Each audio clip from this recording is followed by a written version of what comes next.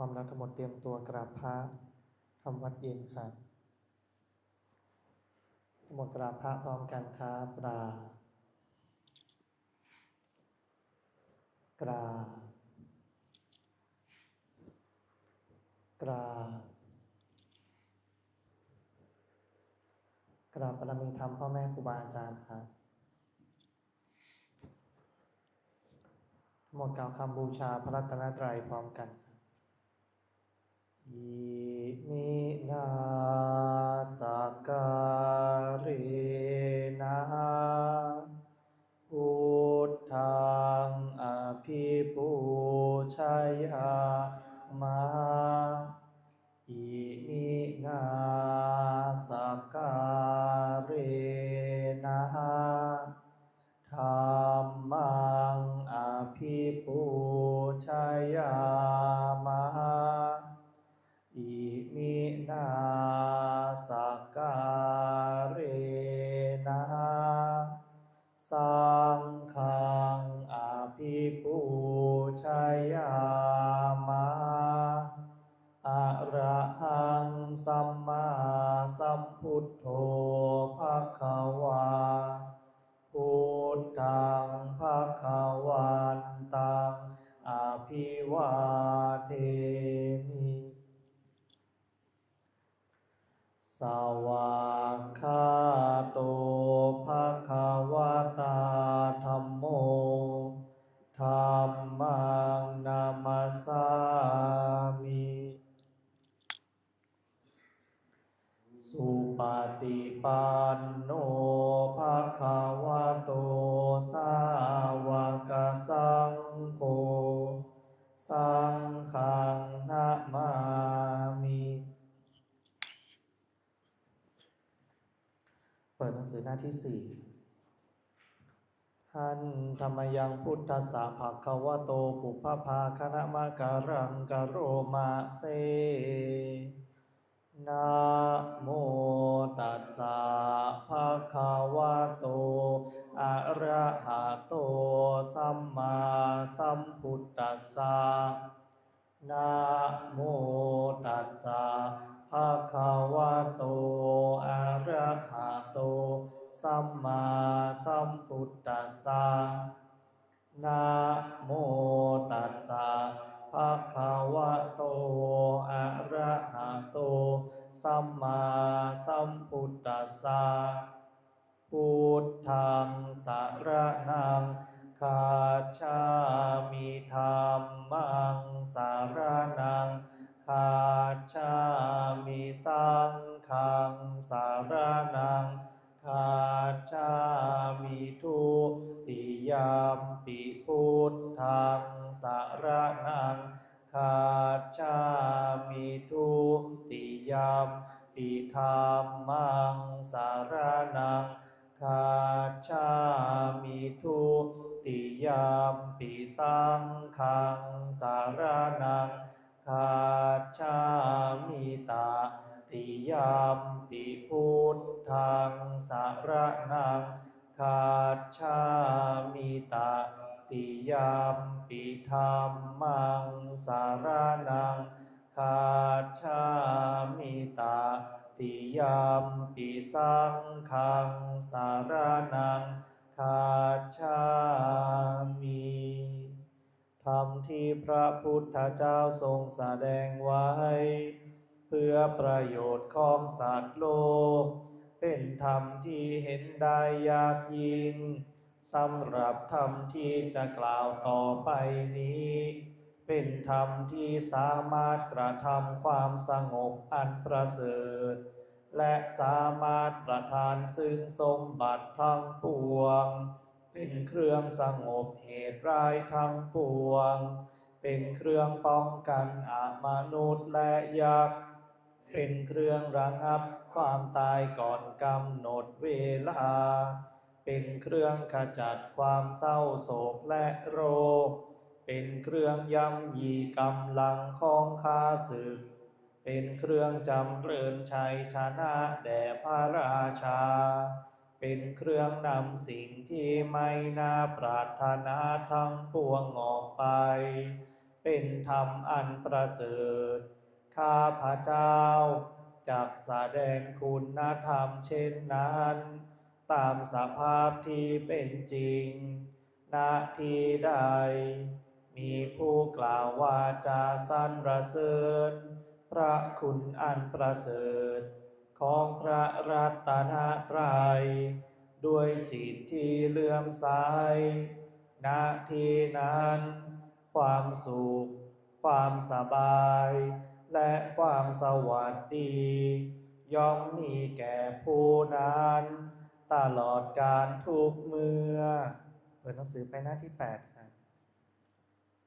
หันธรรมยังปฏิจจสมุปาทธัมเมสุอิทัปปัจจยตาทิธรรมปะทังพนามาเส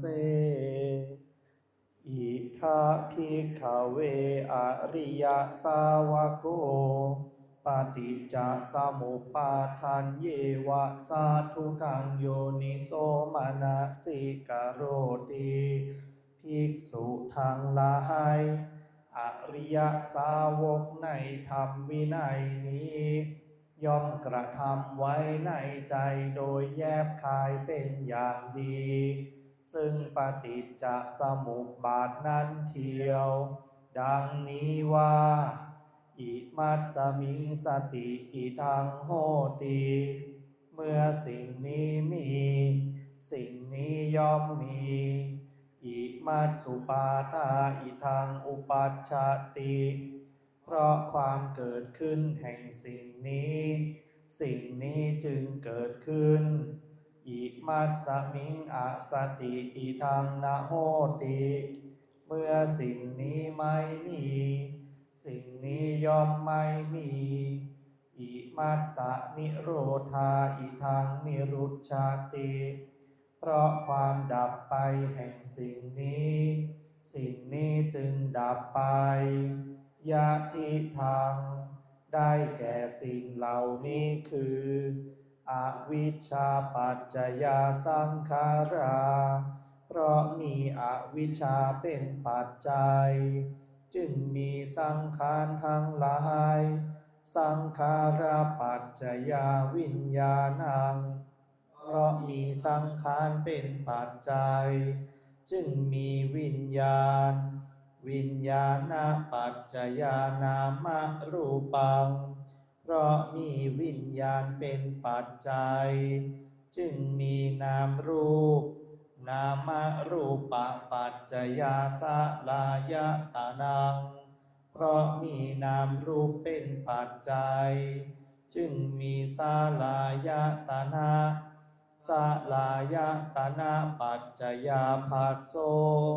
เพราะมีสลายตนะเป็นปัจจัยจึงมีผัสสะผัสสะปัจจยาเวทนาเพราะมีผัสสะเป็นปัจจัยจึงมีเวทนาเวทนาปัจจยาตัณหาเพราะมีเวทนาเป็นปัจจัยจึงมีตัณหาตัณหาปัจจยาอุปาทานังเพราะมีตัณหาเป็นปัจจัยจึงมีอุปาทานอุปาทานะปัจจยาภโวเพราะมีอุปาทานเป็นปัจจัยจึงมีภพภาวะปัจจยาชาติเพราะมีภพเป็นปัจจัยจึงมีชาติชาติปัจจยาชรามรณังโสกะปริเทวะทุกขโทมนัสสุปายาสาสัมภวันติเพราะมีชาติเป็นปัจจัยชรามรณะโสกะปริเทวะทุกขโทมนัสอุปายาสะทางหลายจึงเกิดขึ้นครบถ้วนเอวะเมตัสสะเกวลัสสะทุกขคันทัสสะสมุทัยโยโหติความเกิดขึ้นพร้อมแห่งกองทุกข์ทั้งสิ้นนี้ย่อมมีด้วยอาการอย่างนี้อ อวิชชายะตเววะอาเสสะวิราคะนิโรธาสังขาระนิโรโธเพราะความจางคลายดับไปโดยไม่เหลือแห่งอวิชชานั้นเทียวจึงมีความดับแห่งสังขารสังขาระนิโรธาวิญญาณนิโรโธเพราะมีความดับแห่งสังขารจึงมีความดับแห่งวิญญาณวิญญาณนิโรธานามรูปะนิโรโธเพราะมีความดับแห่งวิญญาณจึงมีความดับแห่งนามรูปนามรูปะนิโรธาสลายตนะนิโรโธ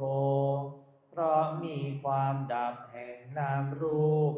จึงมีความดับแห่งสลายตนะ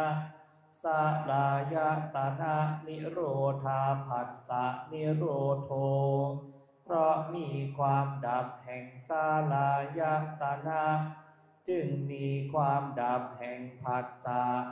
ผัสสะนิโรธาเวทนานิโรโธเพราะมีความดับแห่งผัสสะ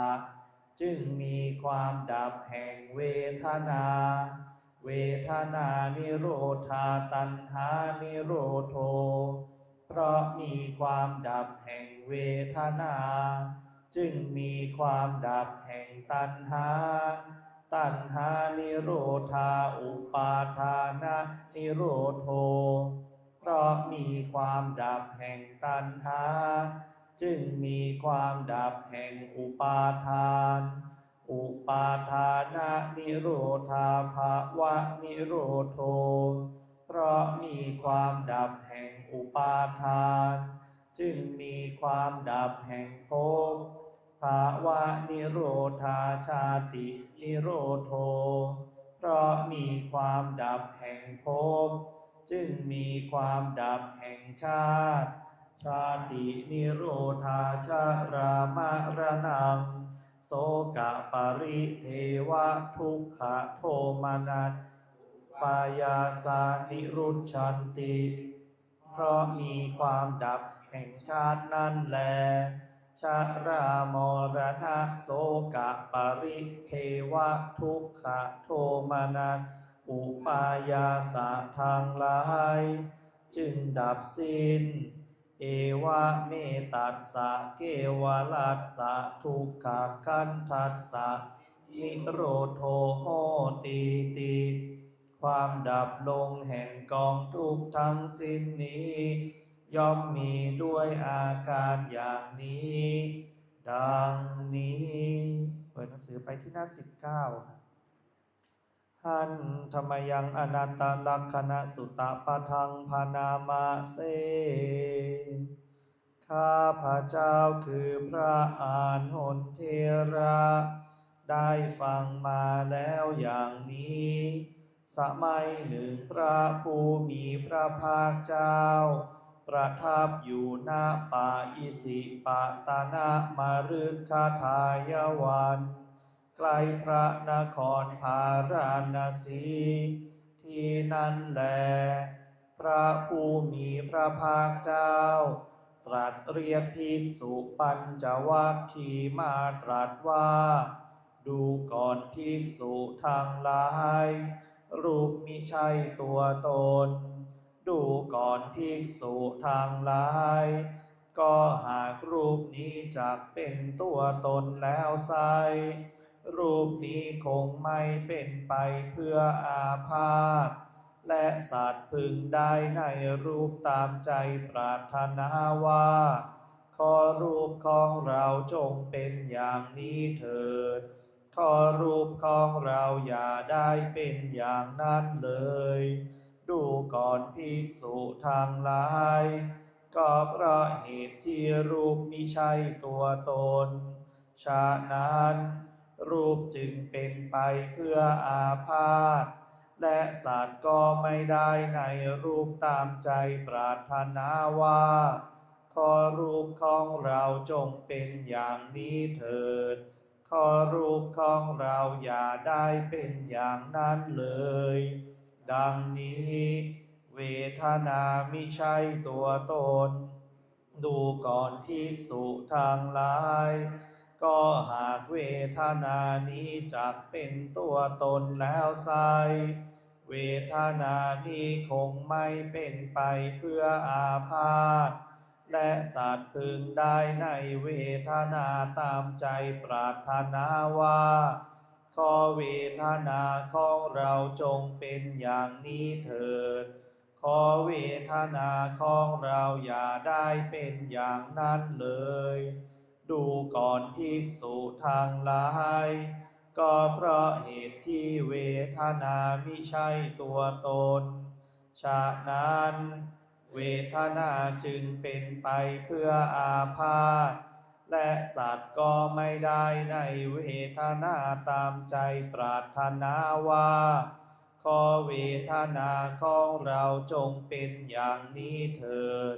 ขอเวทนาของเราอย่าได้เป็นอย่างนั้นเลยดังนี้สัญญามิใช่ตัวตน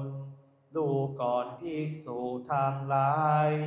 ก็หากสัญญานี้จักเป็นตัวตนแล้วไซสัญญานี้คงไม่เป็นไปเพื่ออาพาธและสัตว์พึงได้ในสัญญาตามใจปรารถนาว่าขอสัญญาของเราจงเป็นอย่างนี้เถิดขอสัญญาของเราอย่าได้เป็นอย่างนั้นเลยดูก่อนภิกษุทั้งหลายก็เพราะเหตุที่สัญญามิใช่ตัวตนฉะนั้นสัญญาจึงเป็นไปเพื่ออาพาธและสัตว์ก็ไม่ได้ในสัญญาตามใจปรารถนาว่าขอสัญญาของเราจงเป็นอย่างนี้เถิด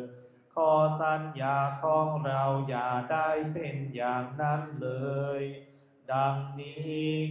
สังขารทั้งหลายมิใช่ตัวตนภิกษุทั้งหลายก็หากสังขารทั้งหลายนี้จักเป็นตัวตนแล้วไซสังขารทั้งหลายนี้คงไม่เป็นไปเพื่ออาพาธและสัตว์พึงได้ในสังขารทั้งหลายตามใจปรารถนาว่าขอสังขารทั้งหลายของเราจงเป็นอย่างนี้เถิดขอสังขารทั้งหลายของเราอย่าได้เป็นอย่างนั้นเลยดูก่อนภิกษุทั้งหลายก็เพราะเหตุที่สังขารทั้งหลายมิใช่ตัวตนฉะนั้นสังขารทั้งหลายจึงเป็นไปเพื่ออาพาธและสัตว์ก็ไม่ได้ในสังขารทั้งหลายตามใจปรารถนาว่าขอสังขารทั้งหลายของเราจงเป็นอย่างนี้เถิดขอสังขารทั้งหลายของเราอย่าได้เป็นอย่างนั้นเลยดังนี้วิญญาณมิใช่ตัวตนดูก่อนภิกษุทั้งหลายก็หากวิญญาณนี้จักเป็นตัวตนแล้วไซวิญญาณนี้คงไม่เป็นไปเพื่ออาพาธ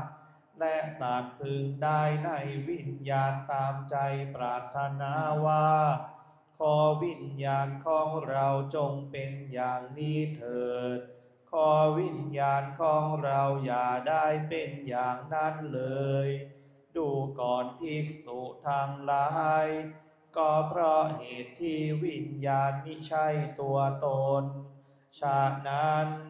วิญญาณจึงเป็นไปเพื่ออาพาธและสัตว์ก็ไม่ได้ในวิญญาณตามใจปรารถนาว่าขอวิญญาณของเราจงเป็นอย่างนี้เถิดขอวิญญาณของเราอย่าได้เป็นอย่างนั้นเลยดังนี้ดูก่อนภิกษุทั้งหลายเธอทั้งหลายจะสำคัญความข้อนั้นเป็นไฉนรูปเที่ยงหรือไม่เที่ยงไม่เที่ยงพระเจ้าข้า ก็สิ่งใดไม่เที่ยงสิ่งนั้นเป็นทุกข์หรือเป็นสุขเล่าเป็นทุกข์พระเจ้าข้าก็สิ่งใดไม่เที่ยงเป็นทุกข์มีความแปรปรวนเป็นธรรมดาควรหรือหนอที่จะตามเห็นสิ่งนั้นว่านั่นของเรานั่นเป็นเรานั่นตัวตนของเราไม่ควรเห็นอย่างนั้นพระเจ้าข้าดูก่อนภิกษุทั้งหลายเธอทั้งหลายจะสำคัญความข้อนั้นเป็นไฉนเวทนาเที่ยงหรือไม่เที่ยงไม่เที่ยงพระเจ้าข้าก็สิ่งใดไม่เที่ยงสิ่งนั้นเป็นทุกข์หรือเป็นสุขเล่าเป็นทุกข์พระเจ้าข้าก็สิ่งใดไม่เที่ยงเป็นทุกข์มีความแปรปรวนเป็นธรรมดาควรหรือหนอที่จะตามเห็นสิ่งนั้นว่านั่นของเรานั่นเป็นเรานั่นตัวตนของเราไม่ควรเห็นอย่างนั้นพระเจ้าข้าดูก่อนภิกษุทั้งหลายเธอทั้งหลายจะสำคัญความข้อนั้นเป็นไฉนสัญญาเที่ยงหรือไม่เที่ยงไม่เที่ยงพระเจ้าข้าก็สิ่งใดไม่เที่ยงสิ่งนั้นเป็นทุกข์หรือเป็นสุขเล่าเป็นทุกข์พระเจ้าข้าก็สิ่งใดไม่เที่ยงเป็นทุกข์มีความแปรปรวนเป็นธรรมดาควรหรือหนอที่จะตามเห็นสิ่งนั้นว่านั่นของเรานั่นเป็นเรานั่นตัวตนของเราไม่ควรเห็นอย่างนั้นพระเจ้าข้าดูก่อนภิกษุทั้งหลายเธอทั้งหลายจะสำคัญความข้อนั้นเป็นไฉนสังขารเที่ยงหรือไม่เที่ยงไม่เที่ยงพระเจ้าข้าก็สิ่งใดไม่เที่ยงสิ่งนั้นเป็นทุกข์หรือเป็นสุขเล่าเป็นทุกข์พระเจ้าข้าก็สิ่งใดไม่เที่ยงเป็นทุกข์มีความแปรปรวนเป็นธรรมดาควรหรือหนอที่จะตามเห็นสิ่งนั้นว่านั่นของเรานั่นเป็นเรานั่นตัวตนของเราไม่ควรเห็นอย่างนั้นพระเจ้าข้าดูก่อนภิกษุทั้งหลายเธอทั้งหลายจะสำคัญความข้อนั้นเป็นไฉนวิญญาณเที่ยงหรือไม่เที่ยงไม่เที่ยงพระเจ้าข้าก็สิ่งใดไม่เที่ยงสิ่งนั้นเป็นทุกข์หรือเป็นสุขเล่าเป็นทุกข์พระเจ้าข้าก็สิ่งใดไม่เที่ยงเป็นทุกข์มีความแปรปรวนเป็นธรรมดาควรหรือหนอที่จะตามเห็นสิ่งนั้นว่านั่นของเรานั่นเป็นเรานั่นตัวตนของเราไม่ควรเห็นอย่างนั้นพระเจ้าข้าดูก่อนภิกษุทั้งหลายเพราะเหตุนั้นแลรูปอย่างใดอย่างหนึ่งทั้งที่เป็นอดีตอนาคตและปัจจุบันภายในก็ตามภายนอกก็ตามหยาบก็ตามละเอียดก็ตามเลวก็ตามประณีตก็ตามอยู่ในที่ไกลหรือที่ใกล้ก็ตามรูปทั้งหมดเป็นเพียงสักว่ารูปเธอทั้งหลายพึงเห็นด้วยปัญญาอันชอบตามความเป็นจริงอย่างนี้ว่านั่นไม่ใช่ของเรานั่นไม่ใช่เรานั่นไม่ใช่ตัวตนของเราดังนี้เวทนาอย่างใดอย่างหนึ่งทั้งที่เป็นอดีตอนาคตและปัจจุบันภายในก็ตามภายนอกก็ตามหยาบก็ตามละเอียดก็ตามเลวก็ตามประณีตก็ตามอยู่ในที่ไกลหรือที่ใกล้ก็ตาม เวทนาทั้งหมดเป็นเพียงสักว่าเวทนา เธอทั้งหลายพึงเห็นด้วยปัญญาอันชอบตามความเป็นจริงอย่างนี้ว่า นั่นไม่ใช่ของเรา นั่นไม่ใช่เรา นั่นไม่ใช่ตัวตนของเรา ดังนี้สัญญาอย่างใดอย่างหนึ่ง ทั้งที่เป็นอดีตอนาคตและปัจจุบัน ภายในก็ตามภายนอกก็ตามหยาบก็ตามละเอียดก็ตามเลวก็ตามประณีตก็ตามอยู่ในที่ไกลหรือที่ใกล้ก็ตาม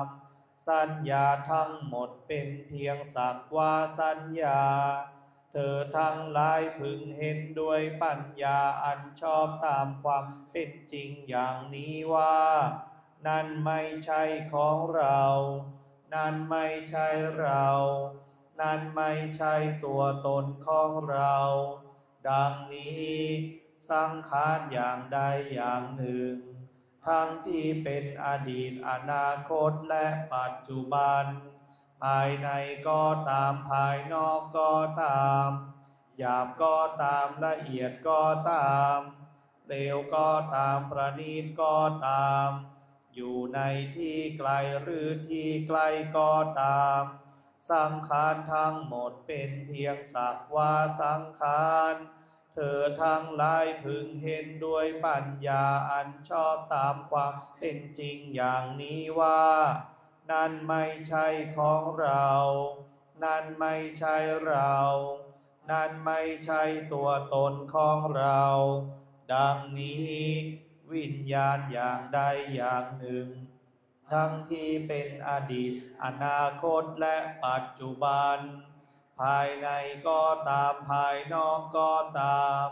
หยาบก็ตามละเอียดก็ตามเลวก็ตามประณีตก็ตามอยู่ในที่ไกลหรือที่ใกล้ก็ตามวิญญาณทั้งหมดเป็นเพียงสักว่าวิญญาณ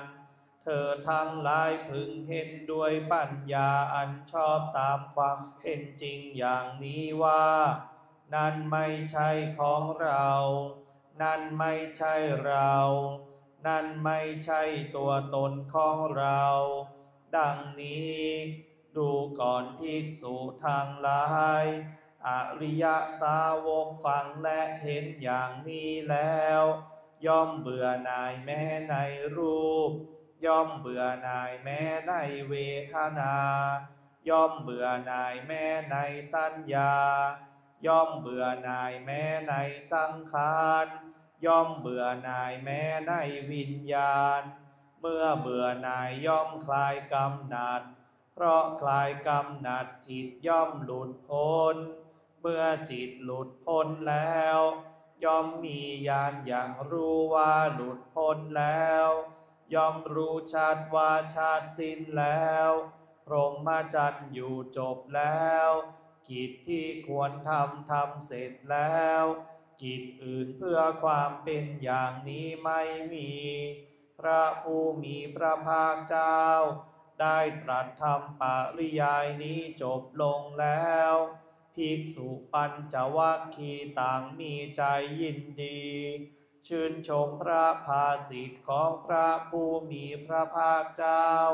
ก็แลเมื่อพระผู้มีพระภาคเจ้าตรัสไวยากรณ์นี้อยู่จิตของภิกษุปัญจวัคคีย์ได้หลุดพ้นแล้วจากอาสวะทั้งหลายเพราะไม่ยึดมั่นถือมั่นด้วยอุปาทานดังนี้แลเปิดหนังสือหน้า89ชายันโตโพธิยามุนเลสากายานังนันติวัตาโนเอวังตวังวิจัยโยโหหิจัยยาสุจัยยามังคาอปาราจิตตาปัลลังเกสีเสปัทาวิโปคาเรอาภิเสสัพพพุทธานังอาคัปปัตโตปาโมทาติสุนักขัตตังสุมัง สุปาพาตังสุโหติตังสุขาโนสุโมโหโตจะสุยิทังพระจาริสุปาทาขีนังกายกัมมังวาจากัมมังปาทาขีนังขีนังมโนกัมมังปะนิทิเตปาทาขีนาปาทาขีนานิกาตวาลาภัตตาเทปะทาขีเนสุขโขพุทธานังอุปาโทสุขาสัทธรรมเตสะสุขาสังคัสสะสามัคคีสามัคคานังตะโปสุขโขคติเศธโธชะเนตัสสามิเยโคตาปาติชายิโนวิชาจารานาสัมปันโสเสโธเทวามนุษย์เศรษฐีวาตาปาติอาทิโจรติมาพานจันทิมาสันนัตโทคติโยตาปาติชายิตาปาติพระมโนมโหรัตตังพุทโธตาปาติเตชะสาอะโรคายปารามาลาภาสันตุถีปารามังทานังวิสาสาปาระมายาตินิพพานังปะระมังสุขังก่อนที่เราจะนั่งสมาธิภาวนาให้เราผ่อนคลายอิริยาบถกันก่อน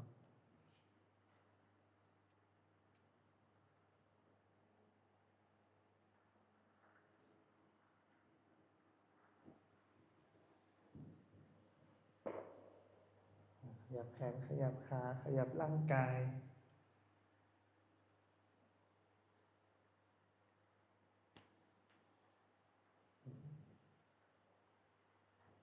ในการปฏิบัติเนี่ยมีเรื่องไหนสนใจอยากรู้เป็นพิเศษไหมเนี่ยวันนี้ถ้าไม่มีก็ให้เราได้ปฏิบัติกันไปก่อนนะทำสติให้เกิดทำสติให้เกิดไปก่อนให้ระลึกรู้ตัวไปก่อนนะถ้าปฏิบัติแล้วเดี๋ยวจะมีอีกถ้าไม่ปฏิบัติมันก็ไม่มีหรอกนะมันก็เป็นธรรมดาถ้าเราไม่เคยได้ลองเราก็จะไม่รู้ว่าผลมันเป็นยังไงนะมันก็จะไขความสงสัยไม่ได้นะฉะนั้นให้เราปฏิบัติโดยการที่อาศัยร่างกายอาศัยจิตใจนั่นแหละนะอาศัยรูปธรรมนามธรรมเป็นที่รู้นะอาศัยรูปธรรมนามธรรมเป็นที่รู้เป็นที่ไว้สำหรับระลึกรู้ตัวไปก่อนนะหยุดนิ่งรู้ลักษณะของมันมารู้อาการของมันตามความเป็นจริงนะหยุดนิ่งเคลื่อนไหวนะดูให้มันเป็นอนิจจังทุกขังอนัตตานี่แหละนะดูว่ามันเที่ยงไม่เที่ยงนะเป็นทุกข์หรือเป็นสุขเป็นตัวตนหรือไม่ใช่ตัวตนเป็นของสวยงามหรือเป็นของไม่สวยงามดูให้มันสุดสายนะดูให้มันโดยตลอดนะบางทีมันสวยตอนนี้นะเดี๋ยวมันก็ไปสู่ความไม่สวยแล้วนะเราก็ดูให้มันตลอดสายเหมือนในบทนะอนัตตลักขณสูตรนี่นะจริงๆแล้วในบทอนัตตลักขณสูตรนี้นะสรุปมันก็สั้นๆนั่นแหละนะสิ่งใดไม่เที่ยงสิ่งนั้นเป็นทุกข์สิ่งใดเป็นทุกข์สิ่งนั้นไม่ใช่เราไม่เป็นเราไม่ใช่ตัวตนของเราเพราะไม่อยู่ในอำนาจเพราะไม่อยู่ในการควบคุมของเรามันจึงไม่ใช่เราก็ให้เราพิจารณาตามบทสวดมนต์ที่เราได้สวดกันไปในวันนี้